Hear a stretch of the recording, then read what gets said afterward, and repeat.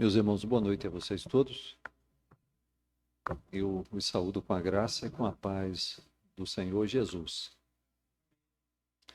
Fiquemos de pé mais uma vez e vamos abrir a palavra de Deus no Evangelho de João, capítulo 14. Evangelho de João, capítulo 14.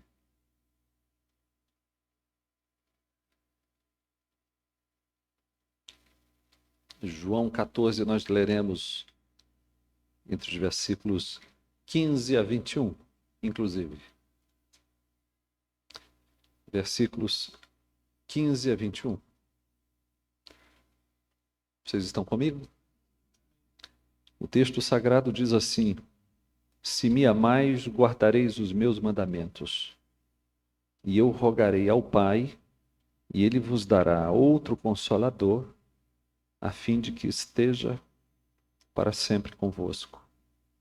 O Espírito da verdade, que o mundo não pode receber, porque não o vê, nem o conhece. Vós o conheceis, porque ele habita convosco e estará em vós. Não vos deixarei órfãos, voltarei para vós outros. Ainda por um pouco, e o mundo não me verá mais, vós, porém, me vereis. Porque eu vivo, vós também vivereis. Naquele dia, vós conhecereis que eu estou em meu Pai, e vós em mim, e eu em vós. Aquele que tem os meus mandamentos e os guarda, esse é o que me ama. Aquele que me ama será amado por meu Pai, e eu também o amarei e me manifestarei a ele. É o nosso texto. Nós vamos orar. Senhor, nós te damos ações de graças por esta noite bendita. Agradecemos a ti por este dia que tu fizeste para reunir nele o teu povo e receberes o culto da tua igreja. Recebe-nos agora e o culto que, ora, damos a ti com a Escritura Sagrada. Aplique-a em nosso coração, faze-a clara a nossa compreensão e te daremos louvores, Senhor. Nós oramos em nome de Jesus. Assentai-vos, meus irmãos.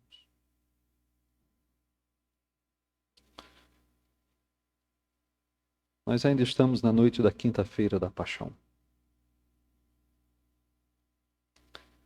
E nós estamos exatamente lidando com aqueles momentos de diálogos. Diálogos com Pedro, com Tomé, com Filipe, com Judas. Muita conversa edificante.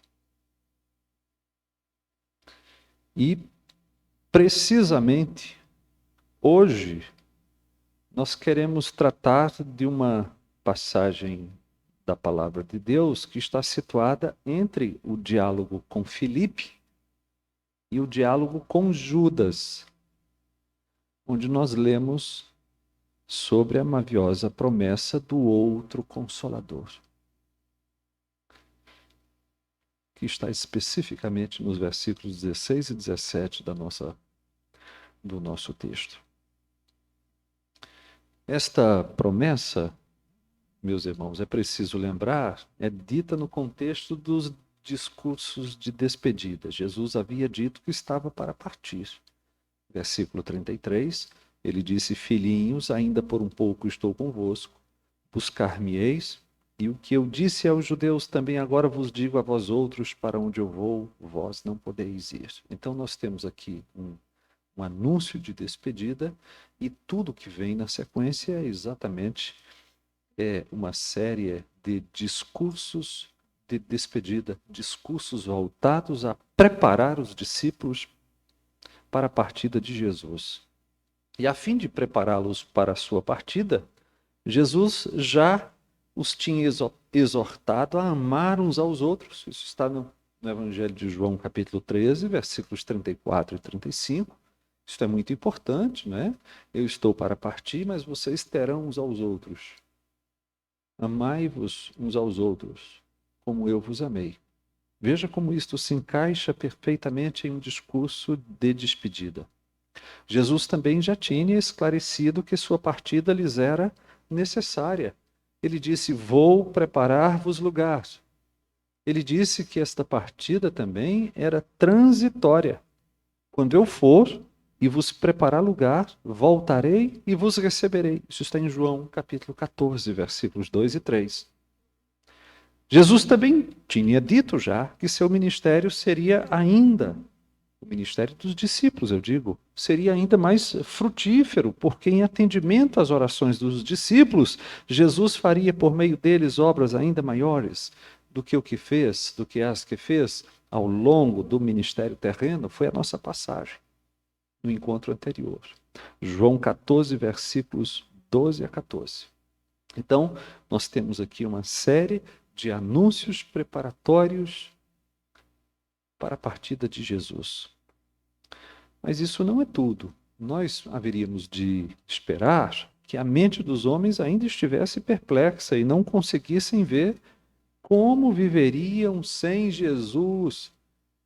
Como é que eles viveriam sem Jesus, que esteve por quase 4 anos orientando-os, exortando-os, capacitando-os, defendendo-os, aconselhando-os.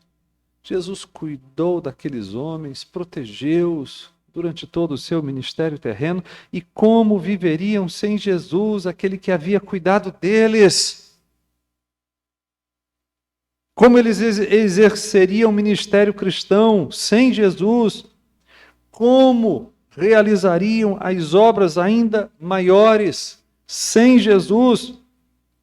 Tudo bem que podiam falar com Jesus, mas ainda assim não estariam sem ele, sem Jesus.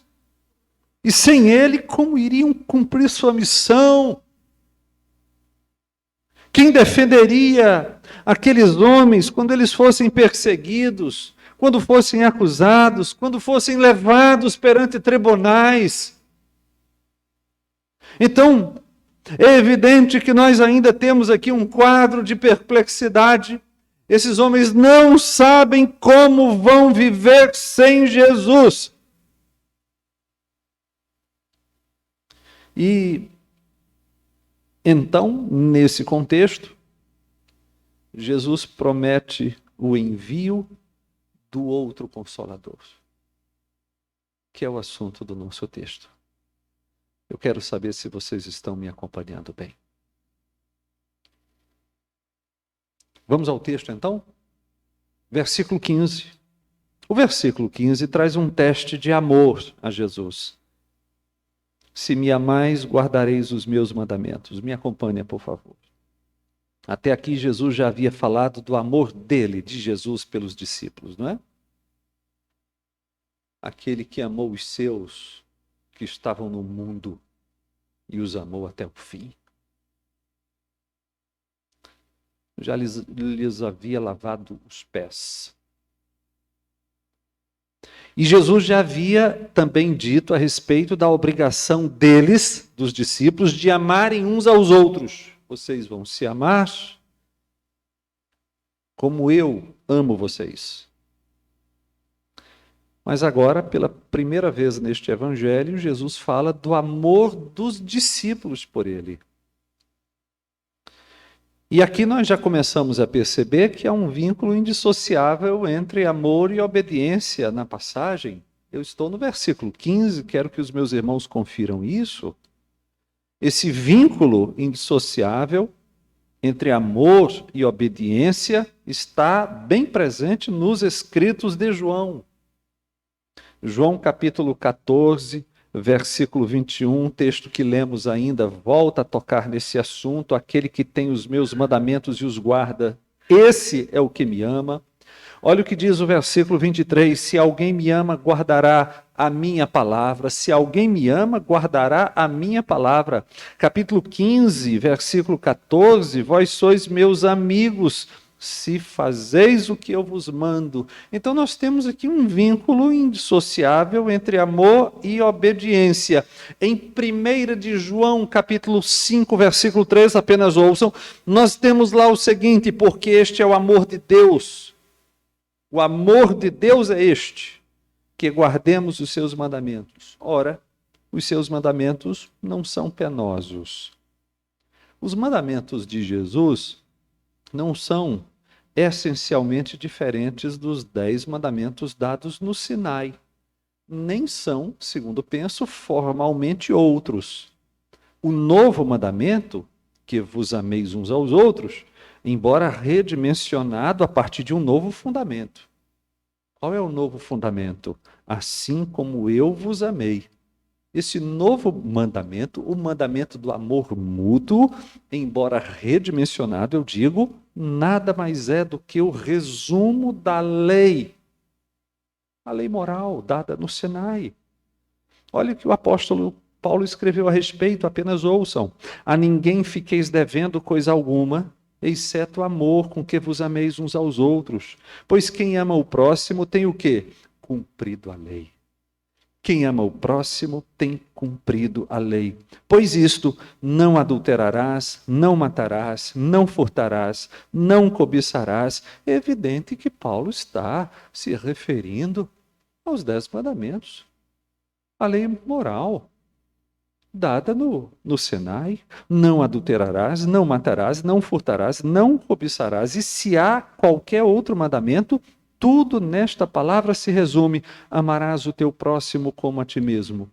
E daí então ele diz: o amor não pratica o mal contra o próximo, de sorte que o cumprimento da lei é o amor. E eu estou querendo dizer com isso, os mandamentos de Jesus e o mandamento do amor, o novo mandamento, porque agora redimensionado, porque agora fundamentado em outro alicerce, nada mais é do que o resumo da lei.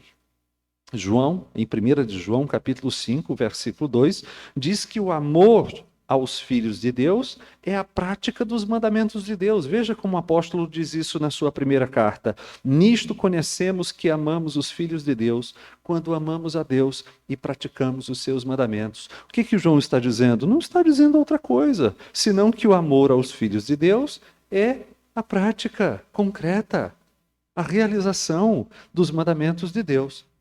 Pois bem, eis o teste do amor a Jesus. Somente aqueles que guardam os seus mandamentos o amam.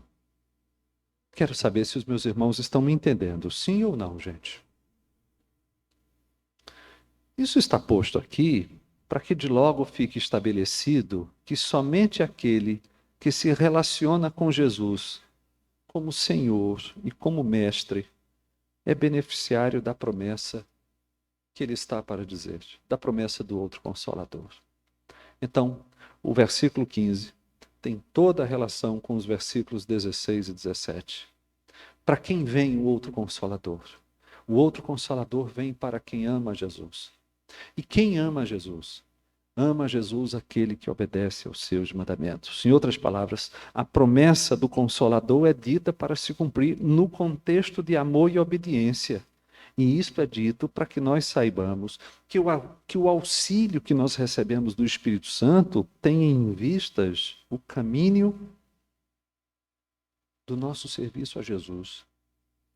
Tem em vista realizar-se no caminho dos nossos deveres para com Jesus. Esta ideia está exatamente aqui, logo mais adiante, em João 14, a partir do versículo 22, no diálogo com Judas. De onde procede, Senhor, que estás para manifestar-te a nós e não ao mundo? Se alguém me ama, guardará a minha palavra. Versículo 24, quem não me ama, não guarda as minhas palavras. Vejam, para quem vem o Espírito Santo, a quem é prometido o Espírito Santo, é prometido aquele que ama Jesus. Quem ama Jesus? Aquele que guarda os mandamentos de Jesus. Isso é muitíssimo importante. Quando os discípulos estavam preocupados com o que lhes aconteceria após a partida de Jesus, o que Jesus lhes disse? Entre outras coisas, né? Jesus lhes disse que eles deveriam amá-lo. Vocês estão preocupados com a minha partida? Me amem. Mas não é que vocês devem me amar se entristecendo por causa da minha partida. Me amem observando os meus mandamentos, cumprindo a missão que vos dou. Me amem demonstrando na prática que vocês me têm como seu Senhor e como seu Mestre. É assim que vocês devem demonstrar amor nesse momento da minha partida.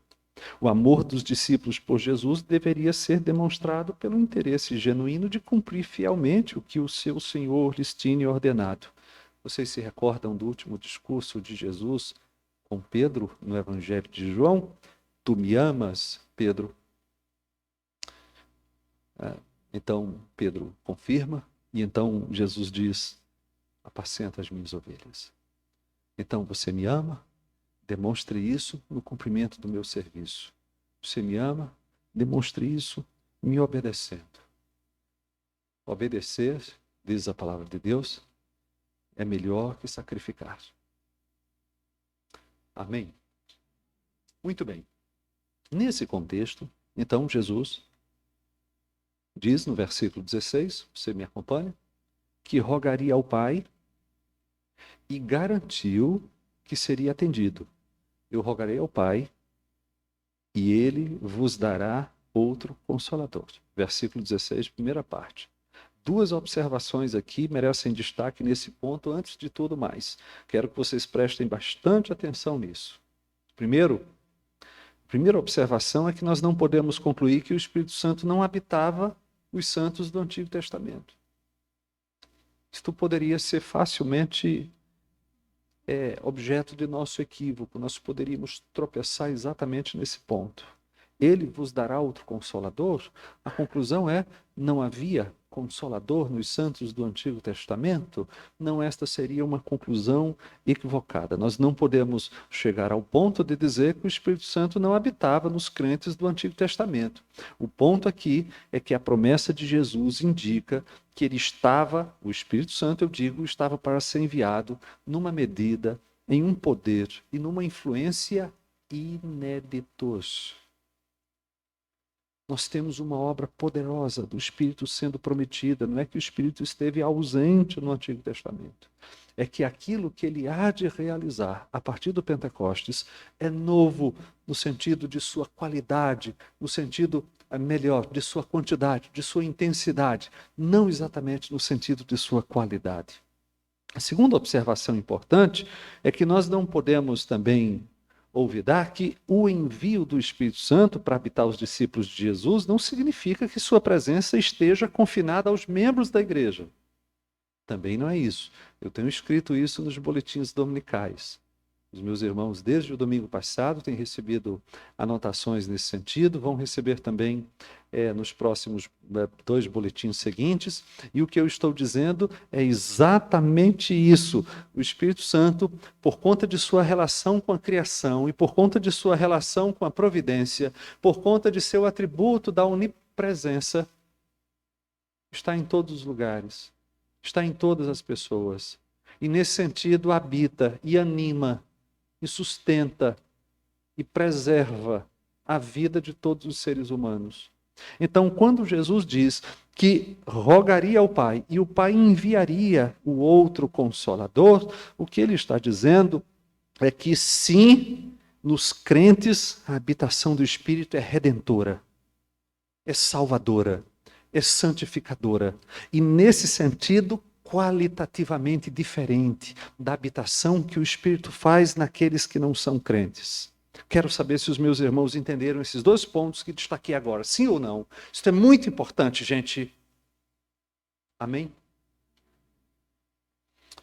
Pois bem, eu rogarei o Pai, e ele vos dará outro, o quê? Consolador.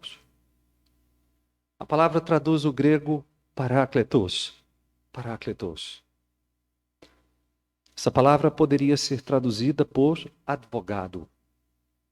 A palavra parácletos, ela encontra no latim o seu equivalente advocatus. ela poderia ser traduzida tranquilamente como advogado.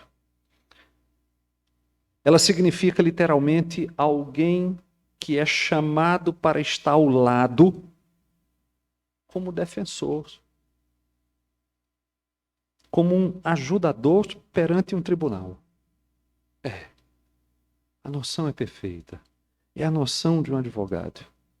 É a noção de alguém que está ao lado para quem há de enfrentar um acusador perante um juiz. Esta é a ideia. Então, você já pode concluir, mais do que simplesmente alguém que oferece consolo ou conforto, os discípulos precisariam de alguém que promovesse sua defesa. Os discípulos precisariam de alguém que os conduzisse e os protegesse em um mundo hostil para o qual eles estavam sendo enviados. Então prestem atenção nisso, por favor. Os discípulos, meus irmãos, eu preciso avivar isso, não careciam de outro advogado perante o Pai. Então, os discípulos careciam de quê mesmo? De um ajudador perante os seus acusadores, perante os acusadores dos discípulos. Agora, um advogado, um ajudador que estivesse no mundo, porque perante o Pai já há um outro advogado. Ali, eles já estariam muito bem representados por Jesus. O advogado todo suficiente, capaz de defender a causa dos discípulos, ao apresentar ao Pai sua obra de obediência consumada. Então, a palavra parácletos, que agora está sendo referida para o Espírito Santo em João, no Evangelho de João, em 1 de João, capítulo 2, versículo 1, ela acontece novamente, só que agora ela é aplicada a Jesus e traduzida como advogado. 1 de João, capítulo 2, versículo 1, filhinhos meus, estas coisas vos escrevo para que não pequeis. Se todavia alguém pecar, temos o quê? Temos o quê, gente? Temos advogado junto ao Pai, Jesus Cristo, o justo. Paulo se refere a Jesus à direita de Deus também em nosso favor com as seguintes palavras: quem os condenará? Ele disse, é Cristo Jesus quem morreu, ou antes quem ressuscitou, o qual está à direita de Deus e também intercede por nós. Romanos 8, versículo 34. O escritor aos Hebreus faz a mesmíssima coisa. Lembra que nós temos advogado junto ao Pai, mas agora usando a figura de um sumo sacerdote. O escritor aos Hebreus diz, tendo, pois, a Jesus, o Filho de Deus, como grande sumo sacerdote que penetrou os céus, conservemos firmes a nossa confissão, porque não temos sumo sacerdote que não possa compadecer-se das nossas fraquezas. Antes, foi ele tentado em todas as coisas, a nossa semelhança, mas sem pecado. Acheguemo-nos, portanto, confiadamente, junto ao trono da graça, a fim de recebermos misericórdia e acharmos graça para socorro em ocasião oportuna. Não falta advogado perante o Pai. Vocês estão me entendendo?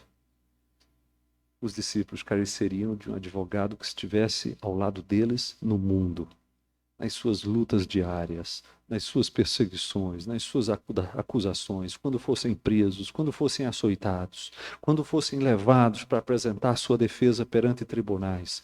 Jesus está dizendo, eu rogarei ao Pai, e ele vos enviará outro consolador, outro advogado. A necessidade premente dos pobres homens era, portanto, de um advogado. Um advogado no mundo. De um trabalho de defesa face a inimigos hostis. Esse trabalho havia sido realizado até aquele momento por quem? Por quem? Por Jesus. Quem os defendia? Jesus. Quem os orientava? Jesus. Quando eram acusados, quem respondia por eles? Jesus. Vocês se lembram quando perguntaram aos discípulos por que os discípulos de João jejuavam e os discípulos de Jesus não jejuavam? Jesus dá a resposta. Vocês se lembram quando foram a Pedro cobrar o imposto? O tributo a ser pago no templo, quem pagou o tributo?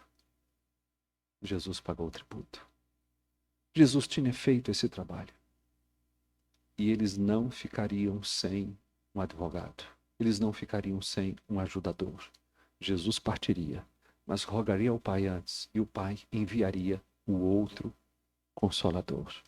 Jesus tinha combatido por eles, ajudados, e eles puderam contar com a sua orientação e apoio, mas agora que Jesus estava para partir, então os discípulos permaneceriam carentes de um advogado no mundo, não fosse o envio do outro Consolador. Além disso, meus irmãos, Jesus estivera com os discípulos por um período muito curto. Coisa diferente aconteceria com o envio do outro Consolador, que seria enviado para estar sempre convosco. Sempre convosco. Onde quer que vocês estejam. Enquanto estamos juntos, eu estou com vocês. Mas, na presente condição, eu não posso estar com vocês quando vocês se dispersarem mundo afora. O outro Consolador agirá diferente. Ele vai estar com todos, inclusive quando vocês estiverem dispersos, evangelizando o mundo. Demais disso, você pode ver no versículo 17 comigo, o outro Consolador é chamado por Jesus de Espírito da Verdade. Por que o Espírito Santo é o Espírito da Verdade? Porque ele é o revelador da verdade, o ensinador da verdade, aquele que esclarece. Veja que os discípulos não careceriam de um espírito de retórica, um espírito de sabedoria humana. Os discípulos não careciam dominar a arte da oratória. Eles não haveriam de prevalecer, quer quando estivesse falando com pessoas simples do povo, ou quando estivessem falando com reis e autoridades sobre o povo. Eles não haveriam de prevalecer por sua grande habilidade de articular ideias, por sua grande inteligência. Eles receberiam o espírito da verdade, toda a sua luta seria vencida pela verdade, de modo que o que os discípulos precisavam é que o advogado divino fosse aquele que abriria o caminho dos apóstolos para o conhecimento da verdade e do coração dos homens, para a verdade que eles mesmos haveriam de transmitir. A vitória toda será conquistada por meio da verdade. Este espírito da verdade, no sentido em que seria enviado, possui uma relação totalmente exclusiva com os discípulos. Você pode ver isso no versículo 17. O mundo não pode recebê-lo, o mundo não vê, o mundo não o conhece. Preste atenção nisso, por favor, isso é tão importante, porque o mundo descrente poderia ver, digamos, em certo sentido, o Espírito, por meio das operações que ele executa. Eu lembro aos meus irmãos que Jesus já havia dito que o que nasce do Espírito é comparado ao resultado de uma ventania, de um vento muito forte. Não se sabe muito sobre o agir, mas ouve-se a sua voz. Jesus disse isso em João capítulo 3, versículo 8. Então veja, por que o mundo não pode recebê-lo? Porque não vê, porque não conhece. Por que não vê? Por que não conhece? Se aquele que nasce de Deus é como o vento forte, não se sabe de onde vem, não se sabe para onde vai, mas ouve-se a sua voz. Os seus efeitos, os efeitos da sua passagem, todos sentem, todos percebem, todos sabem que um furacão passou em um determinado lugar. Ouve-se a sua voz. Mas por que o mundo não o vê? Por que o mundo não o conhece? Porque quando o mundo olha para esse agir do Espírito, o agir do Espírito que produz arrependimento, que produz fé, que produz temor a Deus, que produz esperança, produz alegria na tristeza, produz amor sacrificial, o mundo olha para isso, mas interpreta tudo como sugestionamento psicológico, como lavagem cerebral, como fanatismo religioso, como estreiteza de mente, como algum tipo de satisfação de alguma crise existencial. É assim que o mundo interpreta, é assim que o mundo lê o agir do Espírito Santo. Então, sim, o Espírito possui o ministério ao mundo incrédulo. Isso será lido em João 16, versículos 8 a 11. Está cedo ainda para falar sobre isto. Há um ministério do Espírito a todo o mundo, mas este mundo não reconhece o agir do Espírito e por isso não pode recebê-lo. O Espírito da verdade, então, vem para os discípulos, vem para habitar neles, que o conhecem, vem para guiá-los à verdade, usá-los a partir da verdade, com a verdade, como nós veremos em João 16, versículos 12 a 15. Essa obra é totalmente exclusiva para aqueles que o Espírito regenera. Regenera pela verdade, para o serviço na verdade, para a compreensão da verdade, para a santificação na verdade. Por isso, ele é o Espírito da verdade. Vocês estão comigo? Agora eu cheguei nos versículos 18 a 21 e eu quero que os meus irmãos me acompanhem aqui, porque na sequência, Jesus apresenta aos discípulos um mistério. Nós temos um mistério aqui. Por favor, não perca o raciocínio de vista. Jesus estava para partir e disse, nesse contexto de despedida, que enviaria quem? Outro Consolador. Então, a princípio, nós deveríamos esperar, como possivelmente os discípulos esperaram, que Jesus enviaria um substituto que tornaria o relacionamento com ele até desnecessário. Eu estou indo, mas eu vou deixar outro Consolador. Como é que isso deveria ser compreendido? Que vamos ficar sem Jesus, mas que não nos preocupemos, porque o Jesus deixou um substituto. Pois é. E então nós esperaríamos que no versículo 18, Jesus dissesse assim: não vos deixarei órfãos, pois enviareis a vós o outro Consolador. Não é não? Mas não foi isso que Jesus disse. Definitivamente não é o caso. O que Jesus disse? Não, o quê? Vos deixarei órfão. Órfão é aquele que está sem o seu cuidador natural. Não vos deixarei órfãos. O quê? Voltarei. Voltarei para vós outros. Nós não esperamos isso. Nós esperávamos que Jesus tivesse dito: não vos deixarei órfãos, porque o outro Consolador virá. Eu vou rogar ao Pai e ele enviará o outro Consolador, mas não é isso que Jesus diz. Jesus diz: não vos deixarei órfãos, voltarei. Eu voltarei para vós outros. Jesus disse que os discípulos o teriam novamente, mas agora por meio do outro Consolador. E isso significa, meus irmãos, que o Espírito de tal maneira torna a presença de Jesus real nos discípulos e entre os discípulos, que Jesus acrescenta aquilo que está no versículo 19. Os meus irmãos me acompanham. Ainda por um pouco, e o mundo não me verá mais. Vós, porém, me vereis. Vós, porém, me vereis. O mundo não me verá. Vós, porém, me vereis. Ah, não, isso carece de uma compreensão da nossa parte. Os meus irmãos estão comigo?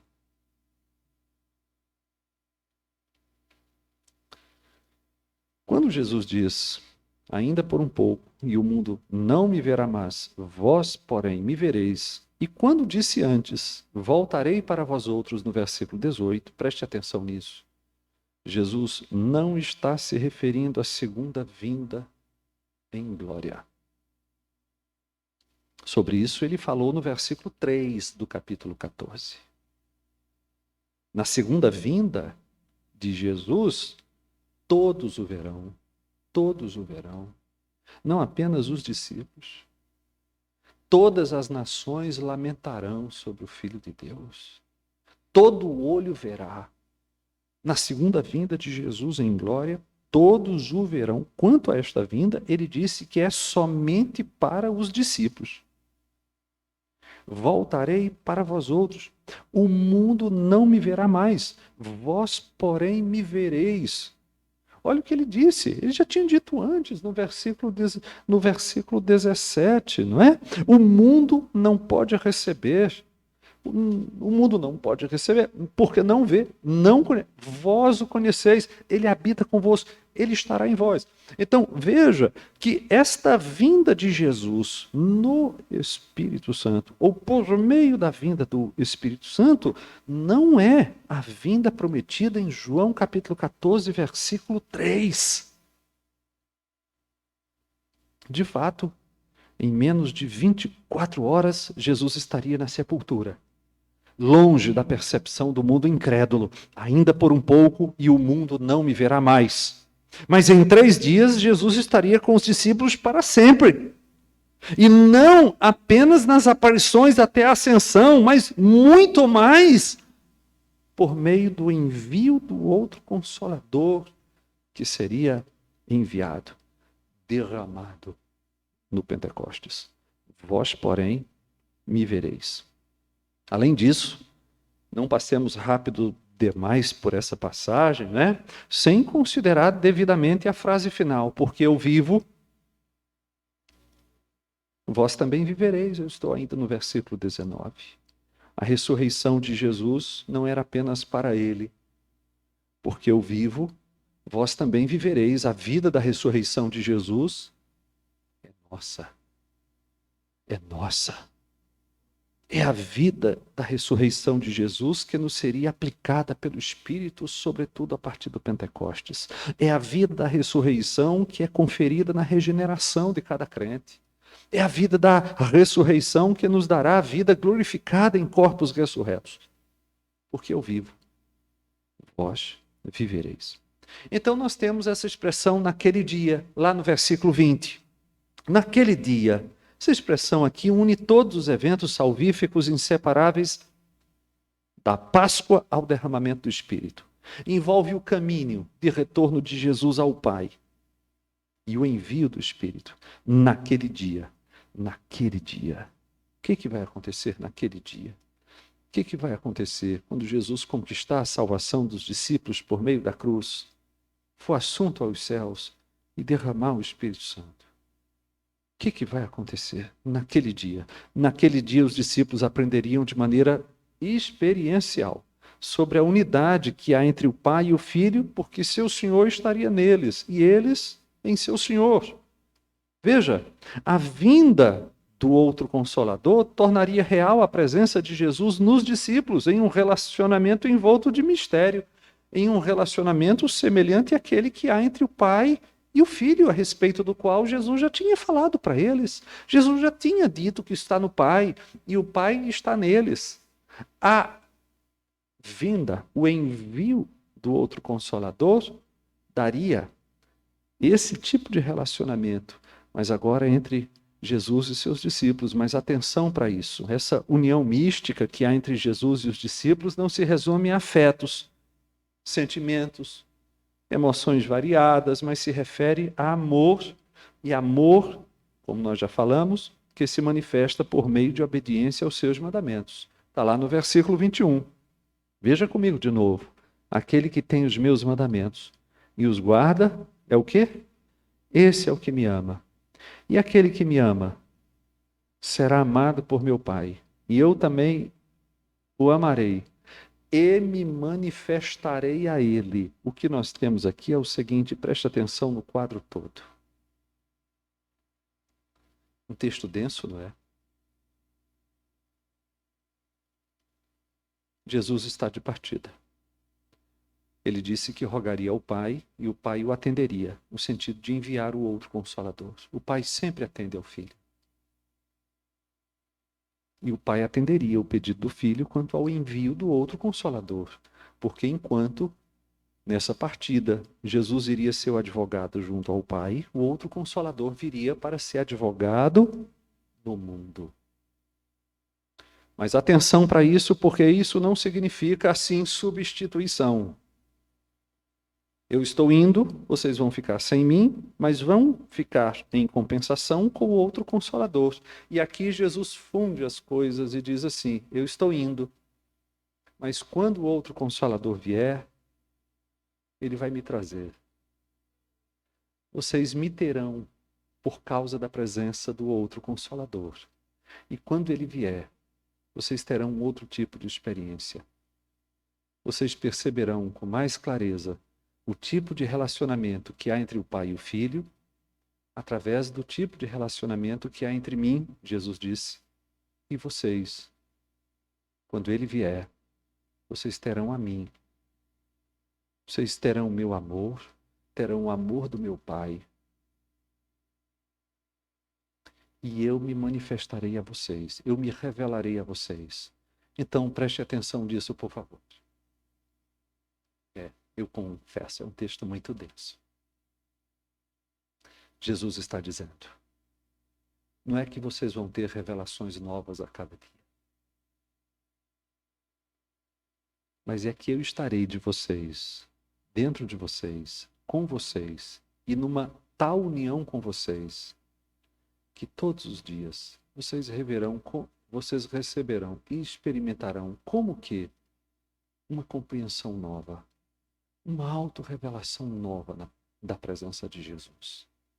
É isso que Jesus está dizendo que faria por meio do envio do outro Consolador.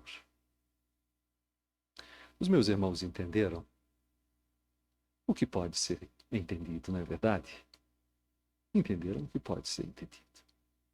Bom, deixa eu, se eu facilito, porque de fato nós temos, repito, um texto muito denso, e eu quero ver se eu transformo esse texto em proposições mais fáceis da gente compreender e, quem sabe, visualizar com mais clareza a importância dele para a nossa vida prática, para a nossa vida cristã de hoje à noite, de amanhã de manhã.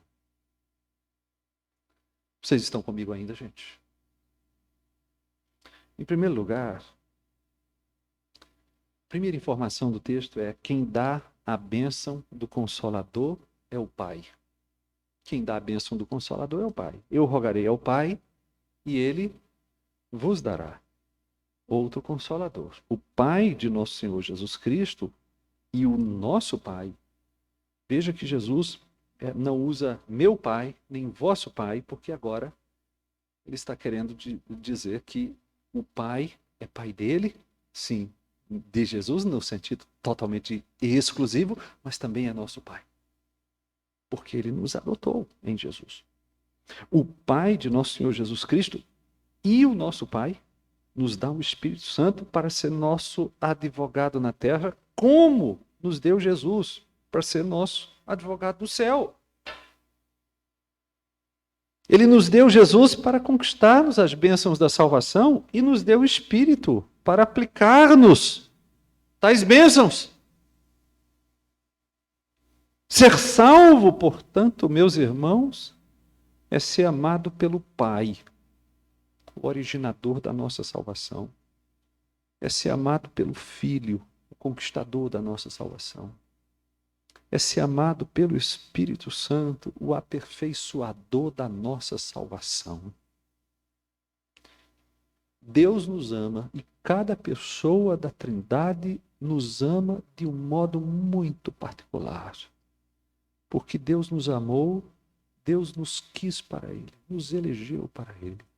Porque Deus, o Filho, nos amou, Deus assumiu perante o Pai a nossa conta e se comprometeu de pagá-la. Porque Deus, o Espírito, nos amou por toda a eternidade, Deus, o Espírito, se comprometeu com o Pai e com o Filho de vir habitar-nos a fim de aperfeiçoar a obra conquistada da nossa salvação. Nós somos amados pelo Pai, pelo Filho e pelo Espírito. E somos ensinados a amar o Pai, aquele que nos quis, ao Filho, aquele que morreu por nós, que se entregou por nós, e ao Espírito, aquele que veio habitar em nós.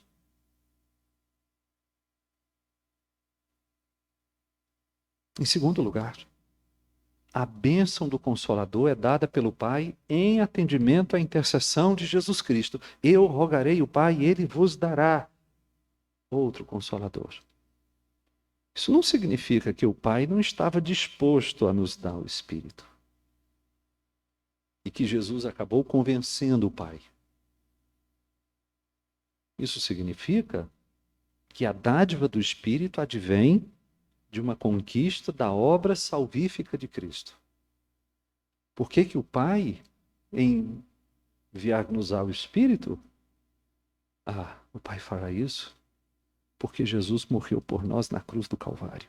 Porque nós temos um sumo sacerdote que intercede por nós. É por isso que o Espírito será, sim, enviado. Não havia predisposição negativa do Pai em nos dar o Espírito. O que significa que a dádiva do Espírito é uma obra da salvação conquistada por Jesus. Significa que todas as bênçãos de Deus são dadas por meio de Jesus e que o Espírito é a síntese de todas essas bênçãos. Imaginemos que nós temos uma grande conquista, nós temos um grande tesouro, mas não temos acesso a ele. Jesus conquistou-nos o tesouro, mas sem a vinda do Espírito, esse tesouro permanece como uma realidade abstrata, como uma realidade que está apenas no nosso imaginário. Nós não temos acesso a ela. Então, sim, Jesus conquistou-nos o grande tesouro, mas nos enviou. E nos enviou o tesouro para habitar em nós. E a síntese dessa conquista é o Espírito Santo. Eu não sei se eu estou sendo claro o suficiente com os meus irmãos, não sei se estou sendo, mas preste atenção nisso, isso é muito importante.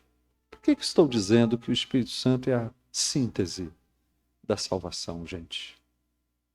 Por quê? Porque nós não temos nada do que Jesus conquistou sem o Espírito Santo. O que Jesus conquistou para você? O chamado é pelo Espírito. Jesus conquistou a sua regeneração. Quem regenera é o Espírito. Jesus conquistou a sua fé. Você crê por causa do Espírito. Você se arrependeu por causa do Espírito Santo. Você foi justificado por causa da obra do Espírito Santo em você. Você foi adotado e hoje você chama Deus de Pai.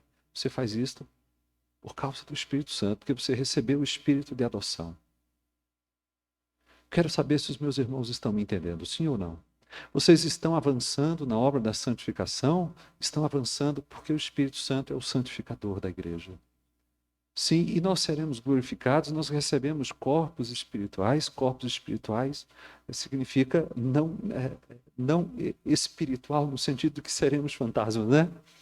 Mas com outra substância, um corpo sustentado, adequado à vida eterna. Nós recebemos corpos espirituais porque sustentados pelo Espírito Santo. Quem nos dará esse corpo é o Espírito Santo. Nós não temos nada que Jesus tenha conquistado por nós e para nós, que não tenha sido aplicado em nós pelo Espírito Santo. O Espírito é a síntese de todas as bênçãos. De todas as bênçãos. Por isso ele é a dádiva em atendimento à intercessão do mediador. Eu rogarei ao Pai, e ele vos dará outro Consolador. Em terceiro lugar, o Espírito Santo é o outro Consolador. Ele vos dará outro Consolador. Não pode haver dúvida quanto à personalidade distinta do Espírito Santo, nem quanto à sua divindade. O Espírito Santo é um ser pessoal e divino. Eu preciso lembrar Louis Berkhof, o texto clássico aí dos nossos seminaristas, né? Louis Berkhof esclareceu que o vocábulo parácletos, que é traduzido por consolador e como advogado em 1 de João 2:1, né? Já disse para vocês, o vocábulo parácletos tem importância por duas razões, Berkhof diz. Primeiro, o termo não pode ser traduzido por conforto, por consolação. Veja, não é um termo neutro. Eu vos darei, eu rogarei ao Pai, e ele vos dará. Uma consolação. Não é consolação, é o Consolador. Eu rogarei ao Pai e ele vos dará uma ajuda, não um auxílio, não. Ele vos dará o ajudador, outro auxiliador, outro consolador. Então, não é uma palavra neutra que poderia ser aplicada, por exemplo, para uma influência abstrata. O próprio termo consolador exige que nós interpretemos a passagem relativa ao Espírito Santo como significando que o Espírito é uma pessoa.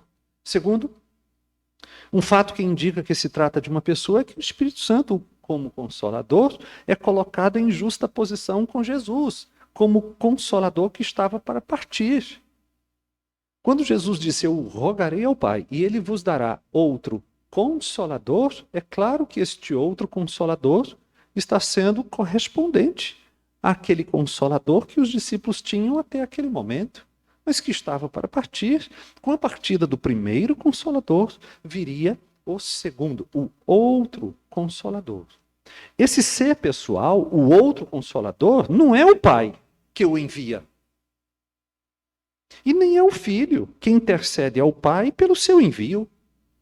É outro, distinto do Pai e distinto do Filho. A palavra outro aqui realça exatamente essa identidade diferente daquele que virá. A pessoa que vem não é o Filho, e sendo enviado pelo Pai, também não é o Pai, é diferente do Pai.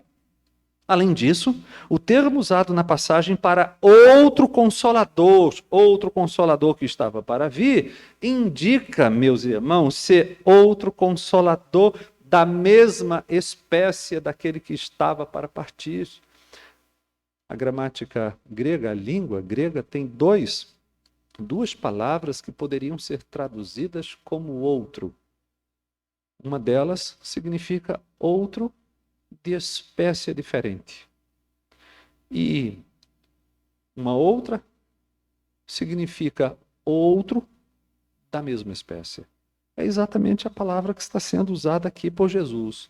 É outro, é uma pessoa diferente, embora da mesma espécie.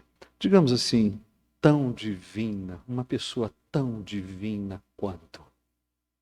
Tão divina quanto. E se o Espírito é a pessoa que se torna o companheiro divino na viagem da vida cristã, é claro que nós vamos nos relacionar com ele como a uma pessoa e vamos querer e fazer tudo para agradá-lo, vamos evitar pecar contra aquela pessoa que vem precisamente para nos ajudar a vencer o pecado. Em quarto lugar, a dádiva do Espírito é uma dádiva permanente, a fim de que esteja para sempre convosco, enquanto vocês viverem, até que Jesus volte. O Espírito vai ficar com a igreja até que Jesus volte. É notável que a lembrança de bênçãos permanentes, meus irmãos, nos sustenta quando nós estamos abatidos por perdas de bênçãos transitórias. E é exatamente isso que Jesus está dizendo aqui. Aos discípulos está sendo assegurada uma bênção permanente. Qual é a bênção permanente? Ele estará sempre convosco. O outro Consolador virá para estar sempre convosco. Quando é que isto está sendo dito? Isto está sendo dito quando eles estão para sofrer uma perda transitória.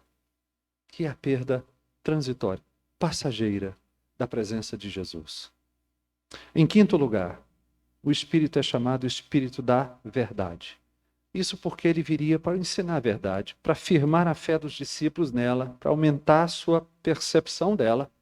Este é o ofício do Espírito Santo, aplicar a verdade nos corações dos crentes, a fim de guiá-los em toda a verdade e santificá-los por intermédio da verdade. Além disso, não esqueçamos, o Espírito inspiraria os apóstolos a registrar a verdade que lhe seria revelada e permaneceria. O Espírito Santo permaneceria na igreja para a transmissão da verdade de uma geração a outra do povo de Deus. Em sexto lugar, estou colocando em proposições, porque o texto é denso. Em sexto lugar, o Espírito é a pessoa da Trindade enviada para habitar os discípulos e estar nesses discípulos, estar neles salvadoramente. E isto acontece porque o Espírito habita nos crentes de um modo totalmente distinto do modo como ele habita no mundo incrédulo. O mundo não pode receber, vós o conheceis, porque ele habita convosco e estará em vós. Veja, meus irmãos, em outras palavras, palavras mais diretas, o Espírito Santo é uma dádiva concedida somente aos eleitos de Deus. Somente os crentes o têm desta natureza, com esse ofício, com esse tipo de habitação. Não, não. O Espírito está em todos os lugares, mas nos crentes. O Espírito habita especialmente, redentoramente, santificadoramente. E aqui nós temos uma habitação que é radicalmente diferente da influência do Espírito no mundo incrédulo. E por fim, eu termino dizendo em sétimo lugar, embora o Espírito seja uma pessoa distinta da pessoa de Jesus, o Espírito Santo está de tal maneira unido a Jesus que a vinda do Espírito corresponde a um tipo de vinda de Jesus. O Espírito Santo é tão unido a Jesus na unidade da Trindade que ele pode ser chamado de Espírito de Cristo. Imaginemos, Cristo está para partir, mas o Espírito de Cristo está para vir. A unidade é tal que a vinda do outro Consolador traz Jesus de volta. De modo que sem o Espírito de Cristo não temos a Cristo. Sem o Espírito da verdade não temos a Cristo, que é a verdade.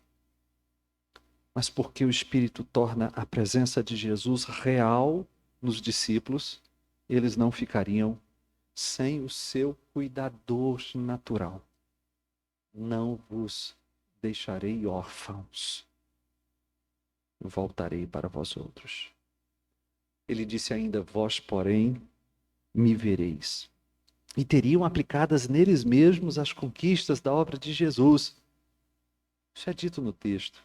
A vivificação, a união com Jesus, a experiência com o amor da Trindade, mais conhecimento de Jesus, tudo isso aconteceria porque a unidade entre o Espírito e Jesus é tal que quando o Espírito viesse, nós poderíamos dizer que sim, em certo sentido, Jesus está aqui. Por que que Jesus está aqui?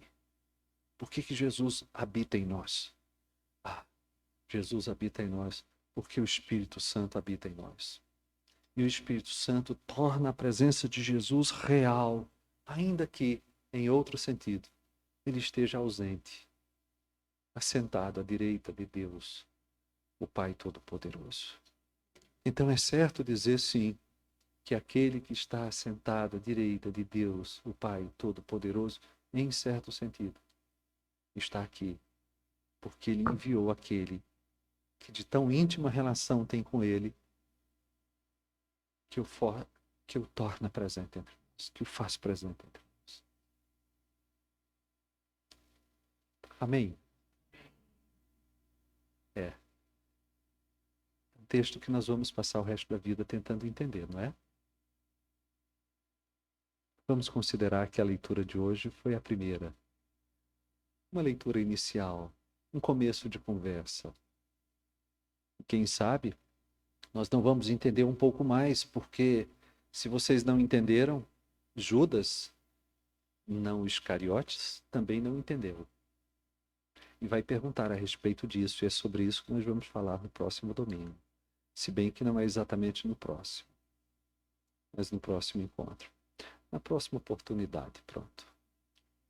Vamos ficar de pé.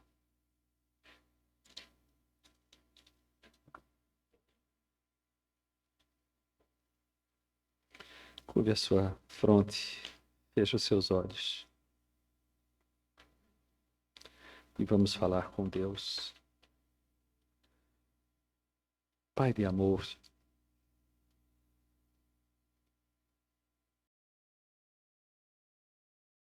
Cristo.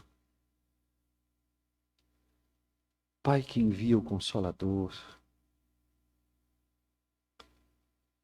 Por meio de Jesus nós oferecemos louvores a Ti no poder do Teu Santo Espírito.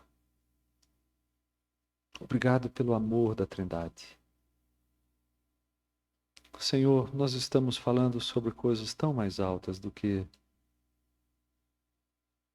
a nossa mente é capaz de perceber e perscrutar. Que amor é esse? Que amor é esse do Pai? Que amor é esse do Filho? Que amor é esse do Pai que vem até nós? Que amor é esse do Filho que vem até nós por meio do Espírito? Que amor é esse do Espírito que habita em nós? Que amor é esse, Senhor? Ajuda-nos a perceber e a continuar percebendo, e a continuar entendendo, e a continuar experimentando essa bênção indizível, inefável, dita por Jesus. Nós oramos em nome dele.